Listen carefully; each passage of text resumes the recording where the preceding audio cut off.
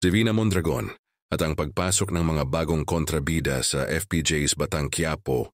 Nagpainit muli ng usapan online ang FPJ's Batang Quiapo matapos ipakilala ang bagong linya ng mga karakter na tiyak na magpapabigat sa laban ng bidang si Tanggol.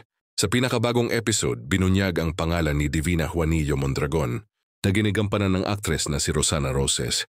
Kasabay nito ang pagpasok din ng dalawang bagong karakter na sina Brando Mondragon na ginagampanan ng veteranong aktor na si Roy Vinzon, Rocky Boy Mondragon na bibigyang buhay, naman ng kontrobersyal na aktor na si Baron Geisler.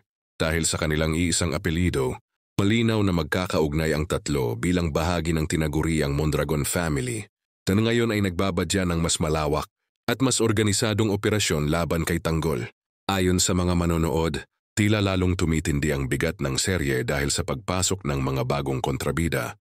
Kung dati nakatutok lamang ang kwento sa laban ng Montenegro, ngayon ay mas malalim na ang magiging hidwaan dahil tila may sariling papel at impluensya ang Mondragon family sa operasyon ng kasalukuyan.